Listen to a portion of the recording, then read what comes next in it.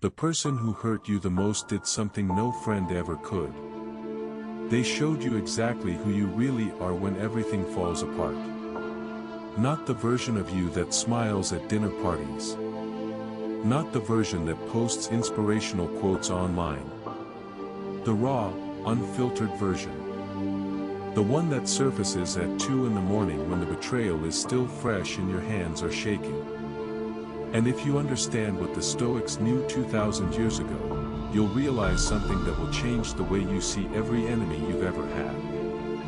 Your greatest opponent has been your most devoted teacher all along. And by the end of this video, you'll know exactly why.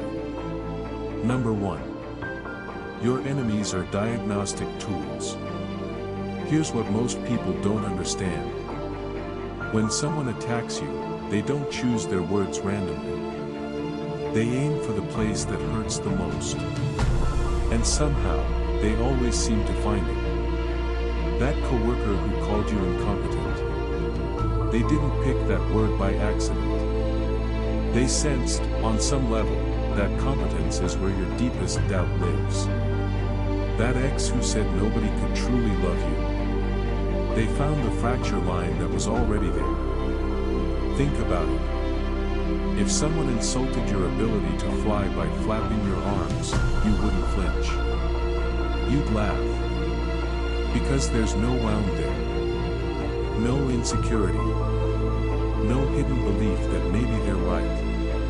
But the insults that keep you awake at night. Those are arrows that found an open wound.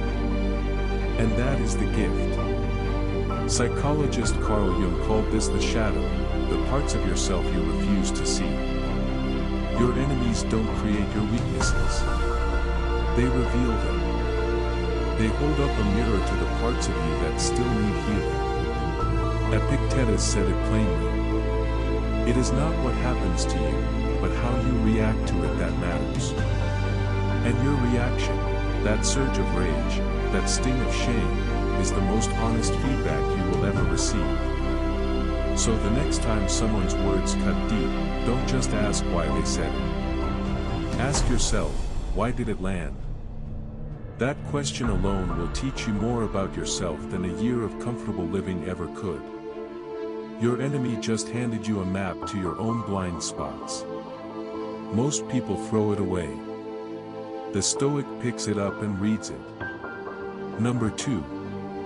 Resistance is the workout your character needs.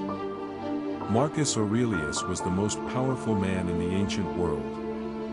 Emperor of Rome. Commander of legions. He could have surrounded himself with people who agreed with everything he said. But he didn't. In his private journal, Meditations, he wrote something remarkable. He began his book by listing the difficult people in his life and thanking them for the lessons they taught him. He specifically thanked his philosophy teacher Rusticus for being blunt and uncomfortable. For not letting Marcus settle into arrogance. And this is where it gets interesting. Marcus didn't just tolerate difficult people. He understood them as necessary friction. He wrote, "The art of living is more like wrestling than dancing. You need resistance to get stronger." Think of it this way. No one ever built muscle by lifting air. You build muscle by pushing against something heavy. Something that fights back. Your enemy is the weight. The betrayal, the disrespect, the sabotage, these are the reps that build emotional muscle. Every time someone tests your patience and you choose calm over chaos, you get stronger. Every time someone lies to you and you respond with clarity instead of revenge, you level up. Modern psychology confirms this. Research on post-traumatic growth by psychologists Richard Tedeschi and Lawrence Calhoun shows that people who endure adversity often develop greater psychological strength, deeper relationships, and a renewed sense of meaning. Not despite the hardship.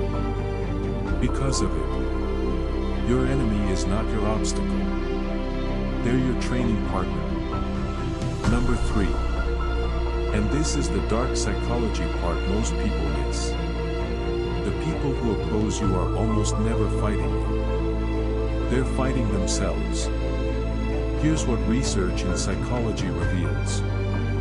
When someone goes out of their way to undermine you, criticize you, or tear you down, they are, more often than not, projecting. Psychologist Sigmund Freud first identified projection as a defense mechanism, and modern studies have validated it repeatedly. People attack in others what they cannot face in themselves. The colleague who mocks your ambition. They abandoned their own dreams years ago, and your persistence reminds them of their surrender. The friend who belittles your success. They're drowning in comparison, and the only way they can breathe is by pulling you under. Once you understand this, something shifts inside you. The anger dissolves. Not because you're weak, but because you now see the truth. Their attack was never about you. It was a confession disguised as an accusation. Marcus Aurelius understood this deeply.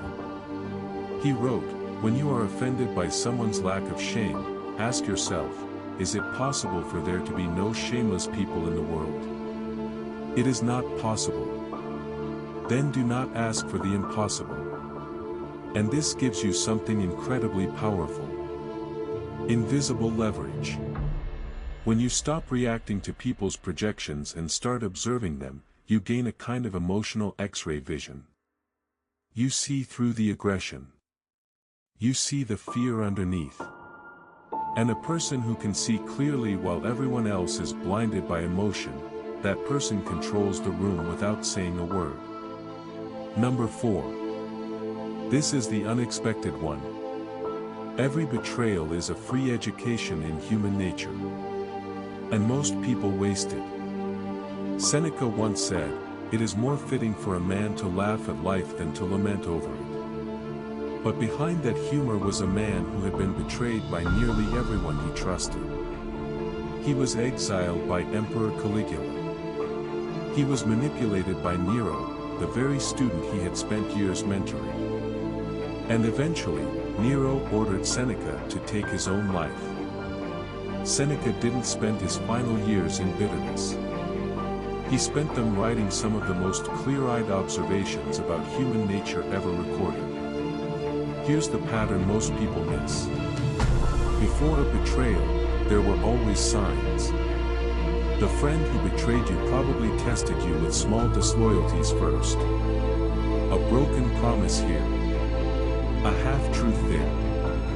A moment where they chose their comfort over your trust. But you didn't see it. Because you didn't want to see it. Psychologist Robert Feldman's research at the University of Massachusetts found that people tell an average of 2 to 3 lies in a 10-minute conversation with a stranger. We are surrounded by deception. But our brains are wired for trust. We default to believing people because it's socially efficient. Your betrayal broke that default setting. And that is the upgrade. After betrayal, you start reading people differently. You notice micro-expressions. You catch incongruencies between words and actions. You develop what psychologists call social intelligence, the ability to understand hidden motives, unspoken agendas, and the gap between what people say and what they mean. Your enemy didn't just hurt you. They installed a radar system you'll carry for the rest of your life. And that radar will protect you from far worse enemies down the road. Number 5. This is the most powerful point in this entire video.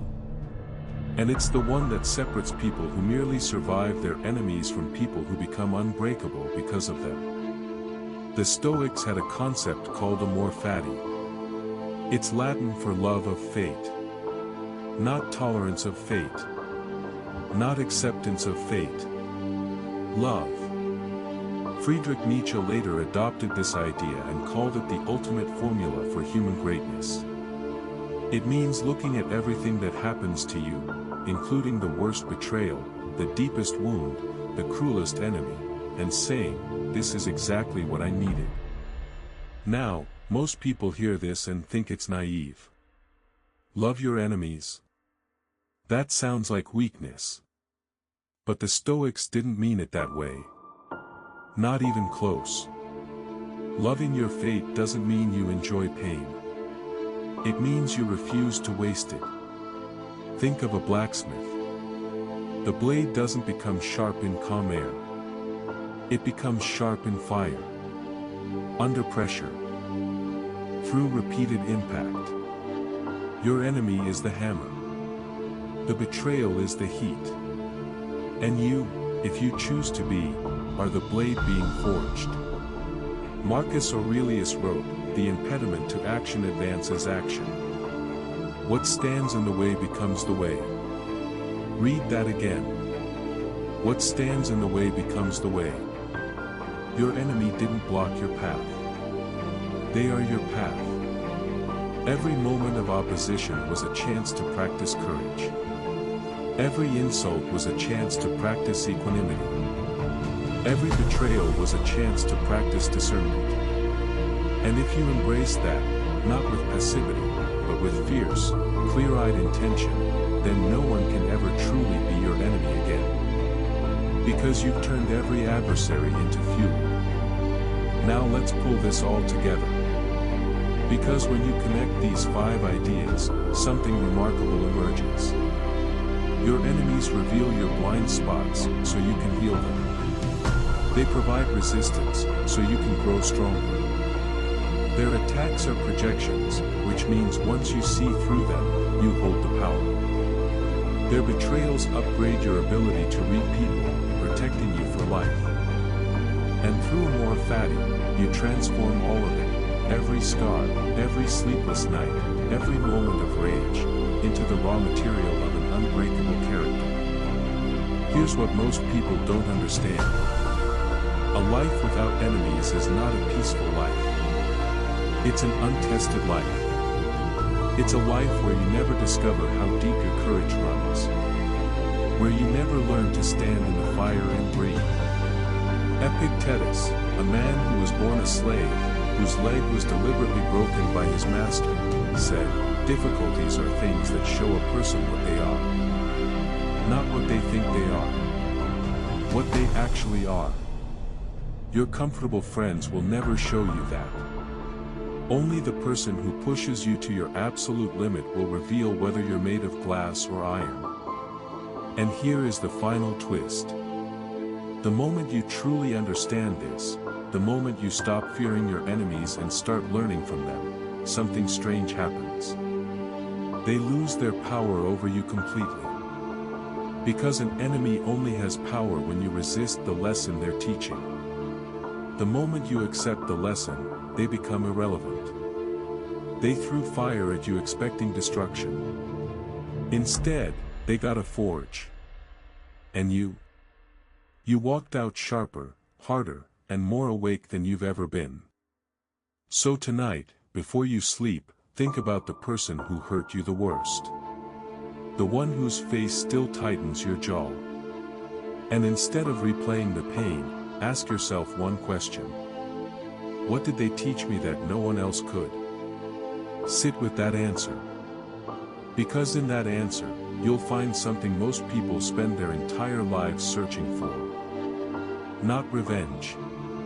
Not closure. But the version of yourself that could only be born in fire. Remember. The blade never thanks the fire. But without it, it would never have become sharp enough to cut through anything. You are the blade. Now stop cursing the fire.